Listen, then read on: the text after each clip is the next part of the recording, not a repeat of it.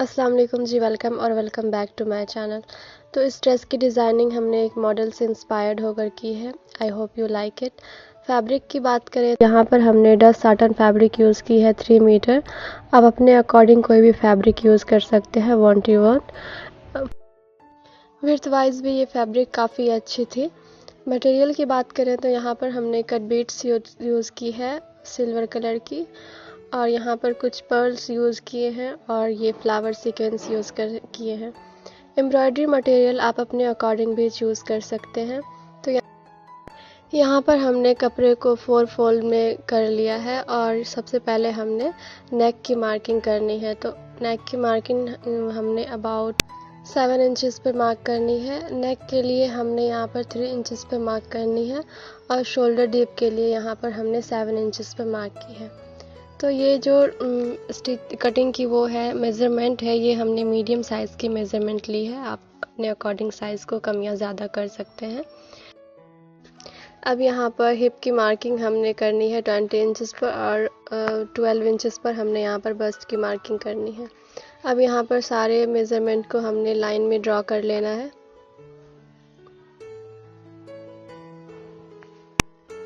अब यहाँ पर जो भी मेज़रमेंट हमारा आया है, क्योंकि कपड़ा हमारा 4 फोल्ड है तो विड्थ वाइज हमने यहाँ पर कपड़े को 4 फोल्ड किया है और इसका 1/4 ही हमारा जो भी मेज़रमेंट है उसका 1/4 ही हमने यहाँ पर मार्क करना है। उसके बाद इन सभी निशानों को आपस में जॉइंट करते हुए एक मार्क कर लेना है ताकि उसकी हम कटिंग कर सकें। उसके बाद हमने यहाँ पर अबाउट 1.5 इंचेस की मार्जिन ऐड करते हुए हमने इसकी दोबारा से लाइन ड्रॉ कर लेनी है।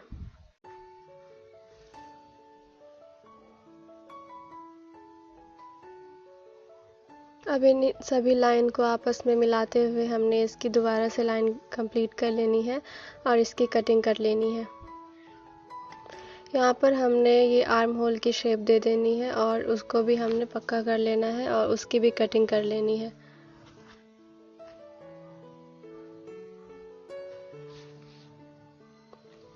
अब यहाँ पर नेक डीप के लिए यहाँ पर हमने अबाउट 5 इंचेस पर मार्क की है और यहाँ पर हमने एक बॉक्स ड्रॉ कर लेना है और वहाँ पर अबाउट 1 इंचेस की गैप लेते हुए उसको हमने राउंड शेप कर देना है और उसकी भी मार्जिन कर लेनी है।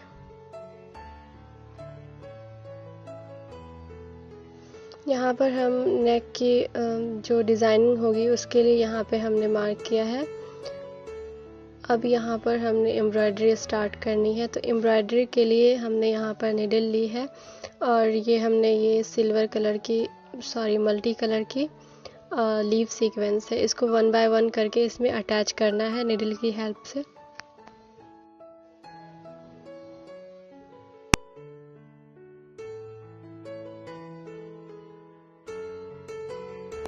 अब यहाँ पर हमने 3 कटदाना लेना है और एक पर्ल लेनी है और हमने यहाँ पर तीनों को सबसे फर्स्ट वाली जो सीक्वेंस है उसमें हमने इसको फिल कर देना है इस तरह से, और निडल को हमने नीचे ले जाना है और वापस से निकालते हुए उसको फिर हमने निकाल लेना है वापस और उसमें हमने 2 कटदाना और एक पर्ल देना है।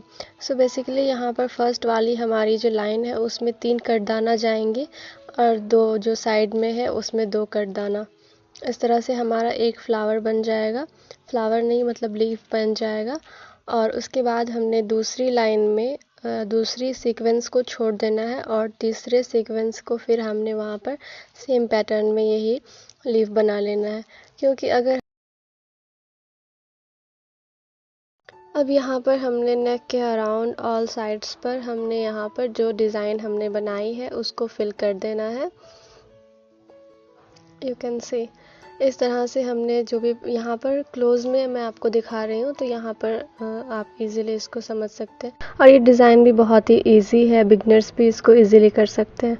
अच्छा, तो यहाँ पर ये जो निशान आप लोगों को दिख रहा होगा ये हमने मिल्टन की हेल्प से इसको मार्क किया था, क्योंकि वो हम आपको बाद में बताएंगे आगे वीडियो में कि आपको किस चीज़ से मार्किंग करना है ताकि वो इजीली फैब्रिक से रिमूव हो जाए। सो इस तरह इसी पैटर्न को हमने 1 बाय 1 यूज़ करना है। अगर आप चाहें, अगर आप कंफर्टेबल नहीं हो तो पहले इस सीक्वेंस को ग्लू की हेल्प से भी अटैच कर सकते हैं ताकि एम्ब्रॉयडरी में आपको आसानी हो। मैं ऐसे कंफर्टेबल थी तो मैं ऐसे कर रही थी। This is very easy to do, you only just need your some time. तो बेसिकली ये एम्ब्रॉयडरी करने में बहुत ही ज़्यादा इजी है, आपको अपना थोड़ा सा टाइम देना होगा। सो बेसिकली इस ड्रेस की डिज़ाइनिंग में हमें ऑलमोस्ट 10 to 15 डेज़ लग गए थे।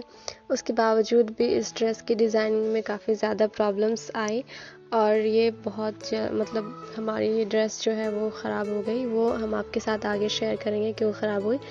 तो यहाँ पर हमारी जो ड्रेस की नेक है वो ऑलमोस्ट रेडी हो गई है। अब यहाँ पर हमने स्लीव्स ऐड करना है और साइड से हमने स्टिच करना है स्लीव्स को।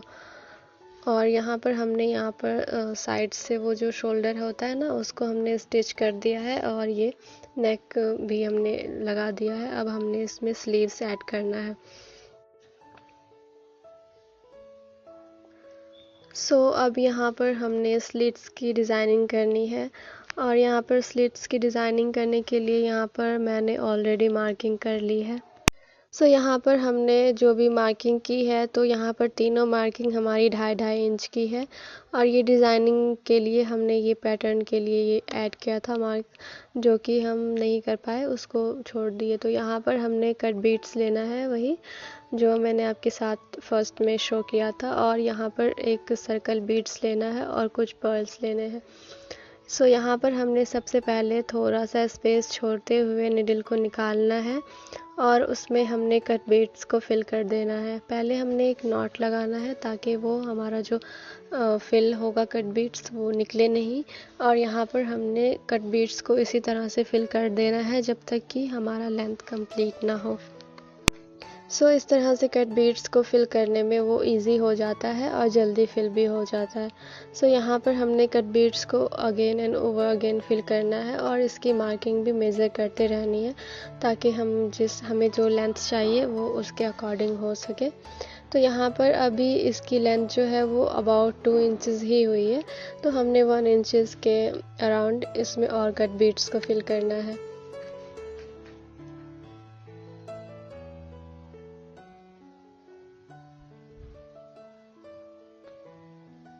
अब यहाँ पर हमने फिर से मेज़र करना है इसको, तो यहाँ पर 3 इंचज़ के करीब हो गई है।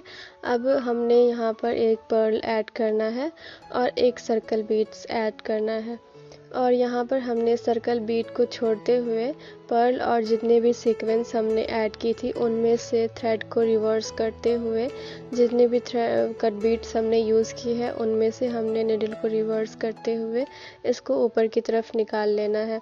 और इस प्रोसेस को करने में हमने काफ़ी पेशेंस रखना है और बहुत ही हल्के हाथों से इसको करना है, क्योंकि अगर थोड़ा सा भी ये टाइट होगा तो ये बीच से टूट जाएगा और ये हमारे टेजल्स जो हैं वो नहीं बनेंगे।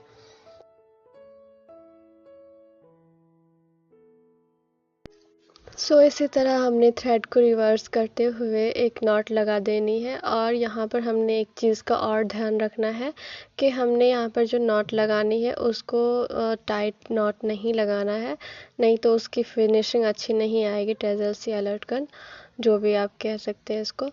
फिर हमने यहाँ पर थोड़ा सा फासला छोड़ते हुए, थोड़ा सा स्पेस छोड़ते हुए यहाँ पर हमने दोबारा से निडल को निकाल लेना है और यही सेम पैटर्न में हमने टेजल्स या लटकन बना लेनी है। I want to tell you the one thing, यहाँ पर आप जो भी मटेरियल यूज़ करें उसमें आपको एक चीज़ बहुत ज़्यादा ध्यान देनी है।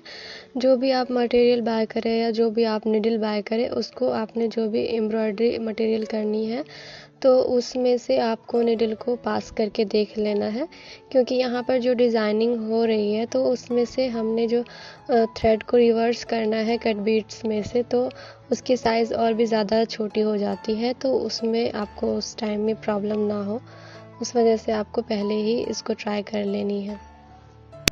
So this was my one of the hardest suit. यहाँ पर जितने भी अब तक मैंने सूट डिज़ाइन किए हैं, ड्रेस डिज़ाइन किए हैं, उनमें से सबसे ज़्यादा ये इस ड्रेस में हैंड एम्ब्रॉयडरी है, और इस ड्रेस की डिज़ाइनिंग करने में काफ़ी टाइम भी लग गया। इसकी बॉटम, नेक, स्लीव्स हर जगह हैंड एम्ब्रॉयडरी हुई है। इसकी वजह से इसमें काफ़ी ज़्यादा टाइम लग गया। सो इस ड्रेस की डिज़ाइनिंग में, इसके टजल्स में मेरी सिस्टर ने भी हेल्प किया था। और यहाँ पर जितने भी टजल्स हैं वो ऑलमोस्ट हमारे कंप्लीट होने ही वाले हैं।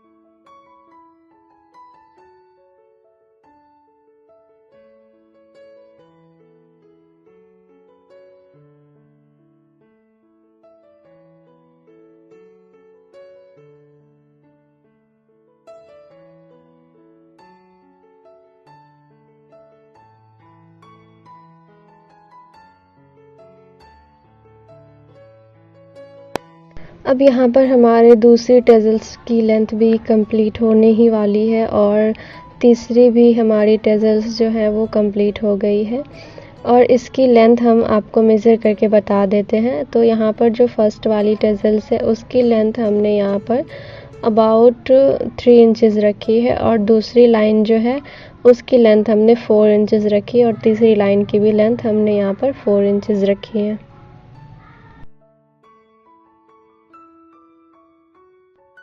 सो यहाँ पर हमारी जो स्लीट्स की डिज़ाइनिंग है वो ऑलमोस्ट कंप्लीट हो गई है। अब हमने यहाँ पर इसको स्टिच कर लेना है। अब यहाँ पर हमने स्लीव्स की डिज़ाइनिंग करनी है। तो स्लीव्स पहले हमने यहाँ पर अबाउट 2 इंचज़ पर मार्क करनी है। उसके बाद हमने यहाँ पर 9 इंचज़ पर हमने पहले मार्क कर ली थी आर्म होल के लिए। उसके बाद हमने यहाँ पर लेंथ हमारी अबाउट 20 इंचज़ थी और यहाँ पर हमने इसकी मार्किंग की है अबाउट 5 इंचज़ पर। आप अपने अकॉर्डिंग कम या ज़्यादा इसको कर सकते हैं। मैंने इसको थोड़ा लूज़ ही रखा है। अब हमने जितने भी मार्क किए हैं उसको आपस में मिलाते हुए इसकी कटिंग कर लेनी है।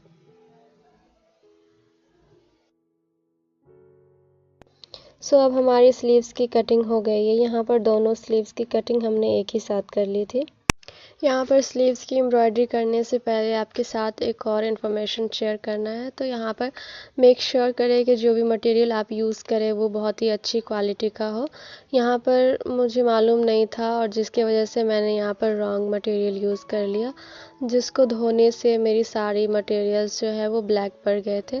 तो आप उस चीज़ का ध्यान रखें और मटेरियल को बाय करने से पहले उसको मटेरियल को वाटर एंड डिटर्जेंट में 30 मिनट्स के लिए सोक कर दें और उसके बाद देखें वो उसका कलर जाता है या नहीं। अगर नहीं जाता तो आपको वो मटेरियल यूज़ करना है, नहीं तो आपकी ड्रेस जो है वो ख़राब हो जाएगी और आपका पैसा भी वेस्ट होगा।